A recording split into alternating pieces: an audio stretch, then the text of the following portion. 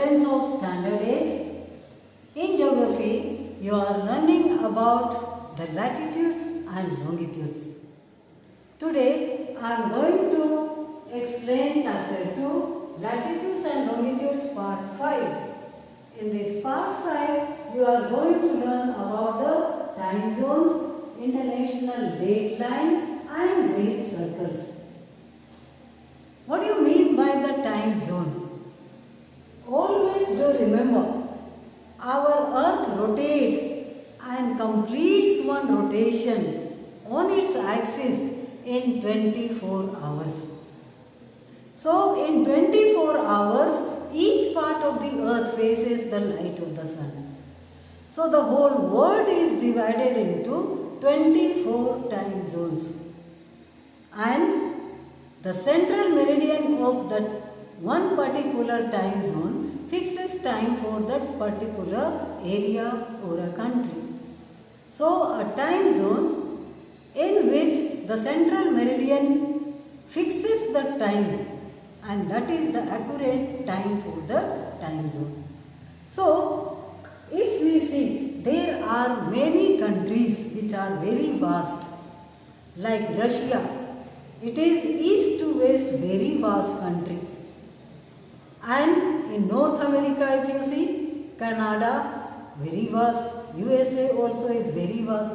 So, all these countries which are vast, in their east-west extension, they have more than one time zone. So, this Canada and USA, these both have 5 time zones. And USSR, very large country, it has 11 time zones. So, these time zones fix, in which the central meridian fix the time for that particular area. Second is the international date line.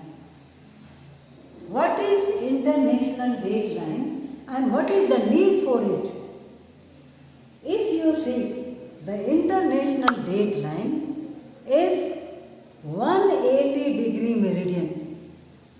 It is drawn, it is imaginary line which is drawn along with 180 degree meridian, and this is marked a place where each new date and time begins.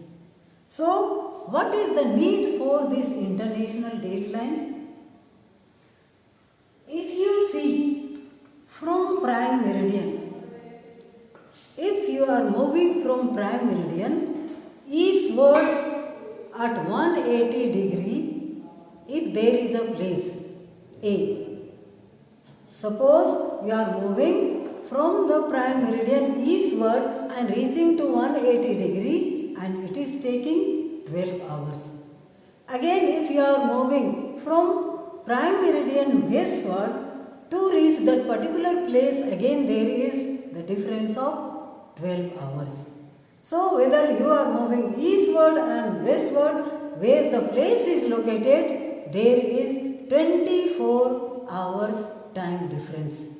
So, for the travelers, when they reach at 180 degree, there is always confusion, and therefore this international date is fixed internationally and due to the international agreement, and where each new date begins or the travelers change their date, they follow the new date over there. How? So, if you see, a traveler is going from westward, if he is moving eastward, he is gaining a day. So, eastward gaining a day. And when he is moving westward, he is losing a day. So, this rule is followed from west to east. When a traveler is reaching at the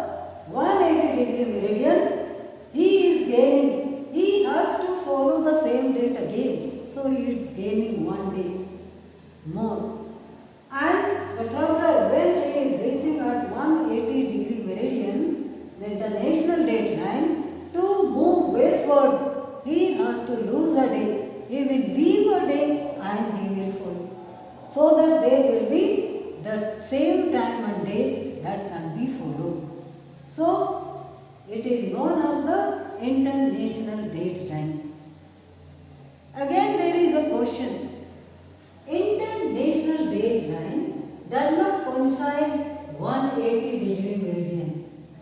It is not running on 180 degree meridian. At some places it is zigzag. Why? So if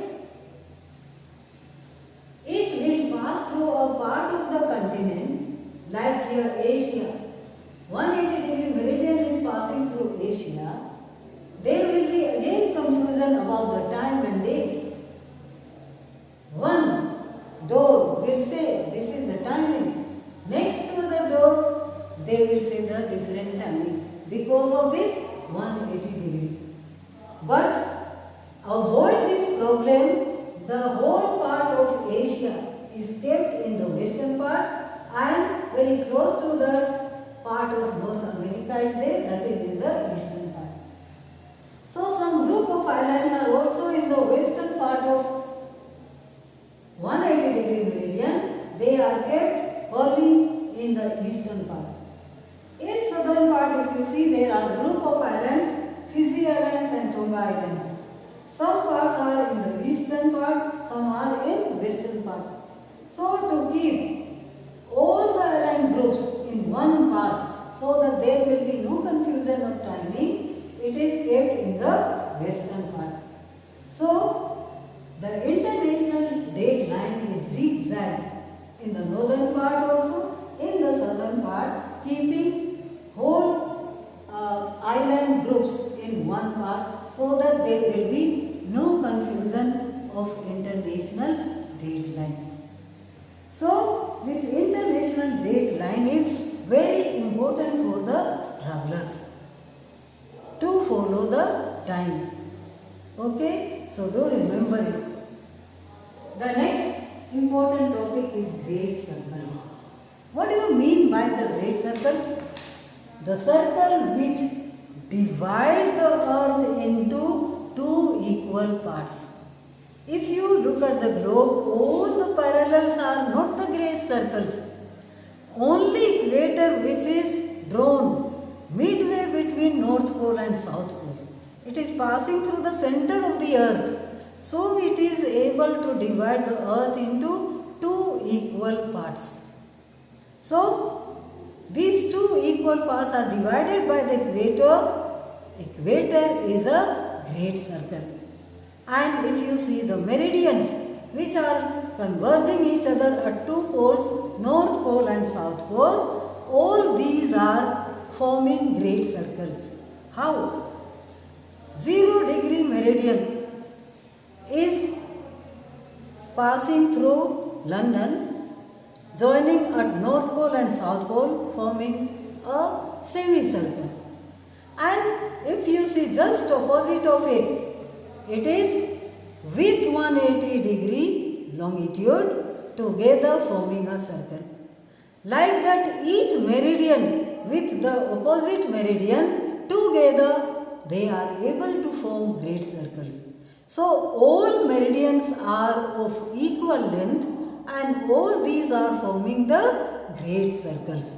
So do remember, among all the parallels of latitudes, only equator is the great circle. And other parallels of latitudes are the smaller circles, and at the two poles they are only the dots. So these smaller circles are not forming the great circles because small circles do not divide the earth into two equal parts. And what is the importance of the great circle or the smaller circle? The roots can be followed. The part of the great circle or the part of the small circle the part of the great circle, one part of this can be used by the travelers to reach from one place to other place. Here, from North America, if the travelers like to move towards European countries, no need to move around the other countries. They can follow the great circle route and easily they can move here to reach to other places. So this is the importance of great circles. So you have studied about 3 topics today. First is time zone, second is international dateline, and third is great circle and small circle. Thank you.